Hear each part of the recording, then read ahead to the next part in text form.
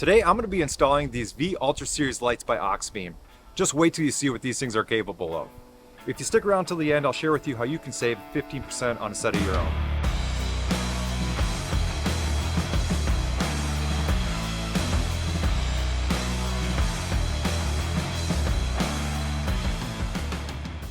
First off, I want to thank Auxbeam for sending me these V-Ultra Series lights for this review and installation on the 4Runner.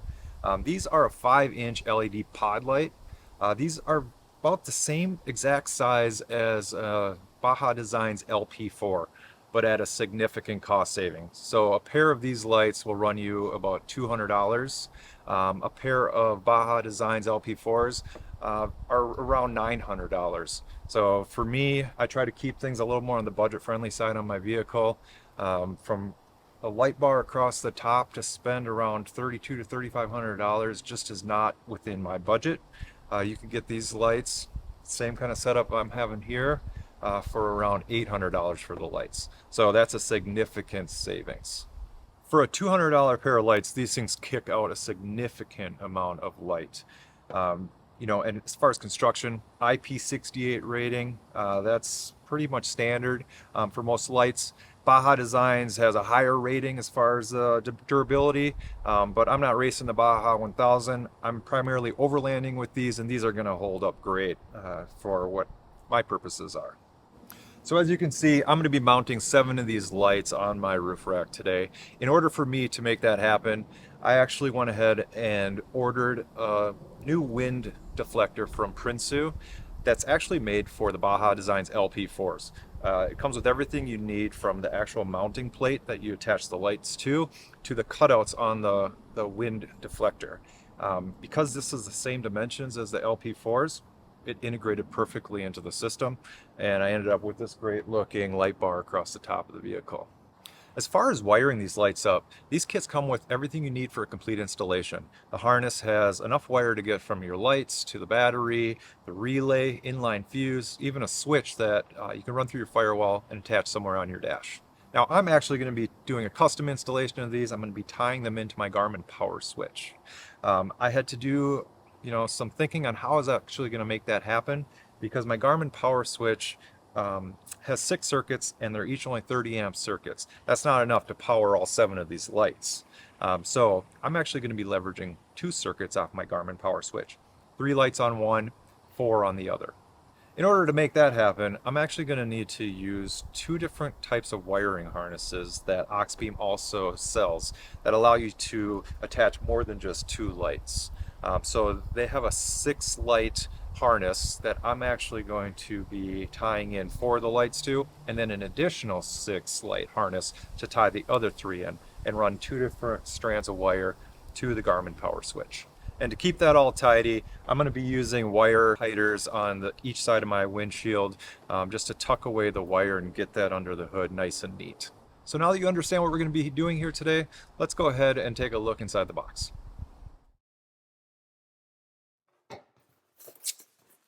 So the first thing, instructions. So I think these just kind of have some nice diagrams, instructions on how to properly mount and wire these up. There's also a QR code. I think if you want to leverage a video tutorial instead, you can do that. Nice sticker.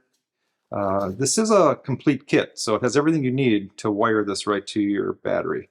It has its own switch that's attached to this relay, and then that also has an inline fuse attached to it, and then decent amount of wire so that you can run this quite a distance to get to your lighting. So that's a nice thing to have here, is just the complete kit. You don't need any additional switch panels or anything. All your mounting hardware, this is for both the brackets as well as mounting the brackets to the lights, as well as to whatever support system you're using. Then we have the brackets here. These are well built, nice and sturdy. I think these are going to hold up pretty well. They do have a nice little adjustment here, so you can get a little bit of rotation on those lights, pointing them up or down a little bit once you have them mounted. So you have 2 of those, and then the light themselves. So this light does have a plastic cover. Nothing too fancy there, but it does the job. And as we get into the light, you're going to notice you have 10 primary LEDs. And off the sides, you have 3 additional smaller LEDs, so you're getting a little bit more of that 180 coverage of lighting with your primary light source coming out the front. All right, so we have 7 of these lights to assemble, so we're going to start there. And what you have is you have this bracket that needs to mount onto the light itself. And this bracket does have 2 different orientations. For me, this is the way I want to mount it, so it's pushing that light as far forward as possible. Now, something I noticed I need to do first, the actual mounting bolt that attaches to your roof rack or however else you're mounting your light needs to be installed first, because once you have this bracket mounted, you just can't get that bolt in and out anymore. So with that, then you move on to the actual bracket mounting hardware, which you get a bolt, a washer, and a lock washer. And what I'm going to do is first install the lock washer, then the washer onto the bolt itself, and then just line up the hole, screw it on. As you can see, we have all 7 of our lights now fully assembled, and they are ready to mount onto our roof rack bracket. So, like I mentioned, what I've done here, I've taken off one of the crossbars from the roof rack, and the kit that I ordered from Prinsu for the LP4 light system that mounts 7 lights across the top comes with this nice bracket that allows you to mount that directly to one of the crossbars. And there's 5 different attachment points, as well as then on the sides it gives you an additional attachment point. It creates a nice sturdy platform to mount all the lights. The other beautiful thing about this is all the holes are already pre-drilled and they're perfectly aligned so that it lines up with the cutouts in the wind deflector. And then you have these additional holes that I had to do just a little bit of additional grinding on to fit the cords through. But this will allow me to do some nice cord management or wire management underneath the roof rack, and then all the holes are already there for me to just mount the lights.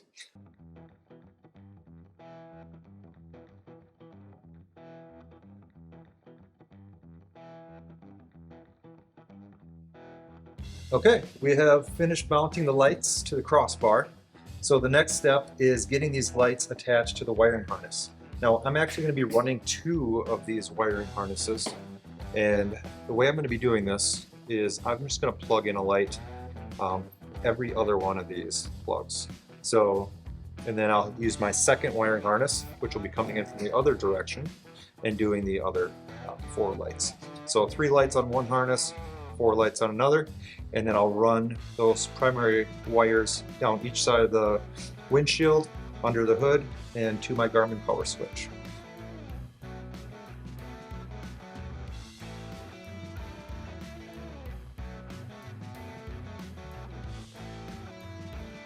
So we have mounted all of our lights, we have connected all the lights to the harnesses, and this whole light bar assembly now is ready to mount on top of the vehicle.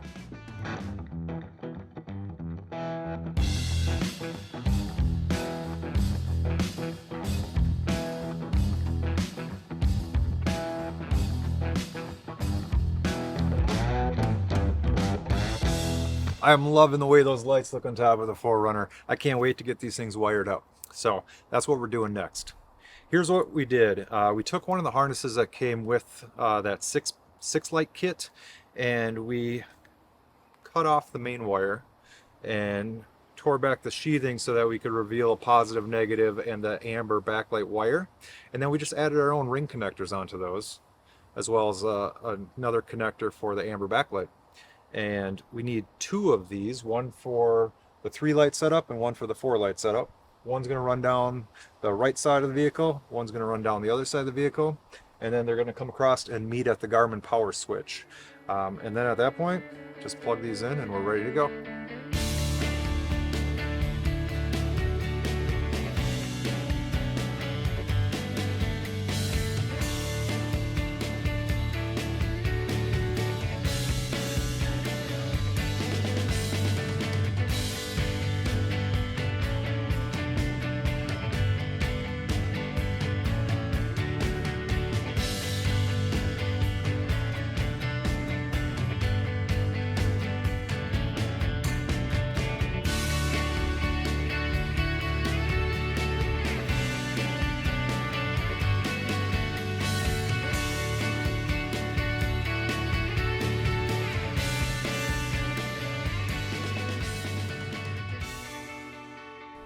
amber backlights on these look amazing.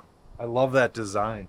I have them all wired into one switch, so they're tied into my ditch lights, my fog lights, and my Raptor lights. So it's just a nice little push of a button there. Now I'm going to go ahead and turn on the first switch, which powers 4 of the lights. And even in daylight, those things are bright. I'm being hit in the face with side shooters coming out the sides. I'm sure if I moved around to the front, I'd be getting blinded by the main spots. And then that's just 4 of them. Now there's all 7. These put out a significant amount of light. I'm not going to have any issue seeing where I'm going.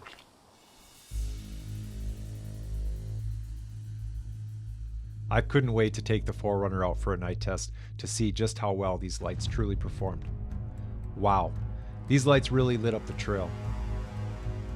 The spread and the brightness were incredible. The forward beam combined with the side shooters left nothing in the shadows. These lights are going to be a game changer. Well, that wraps up the install of these V-Ultra Series lights. You know, I'm pretty impressed with just the overall light output of these budget-friendly lights. Also, you know, they look great on top of the 4Runner. From the amber backlight to the amount of light output that it has, I'm pretty excited about this install. It's one of my favorites, actually. So, like I mentioned at the beginning of the video, Auxbeam was nice enough to give me a 15% off code that I can share with you. So what I want you to do, go into the description, click on the link that's in the description, and then at checkout, you can go ahead and enter in that discount code. If you like this kind of content, like, subscribe, and I'll see you next time.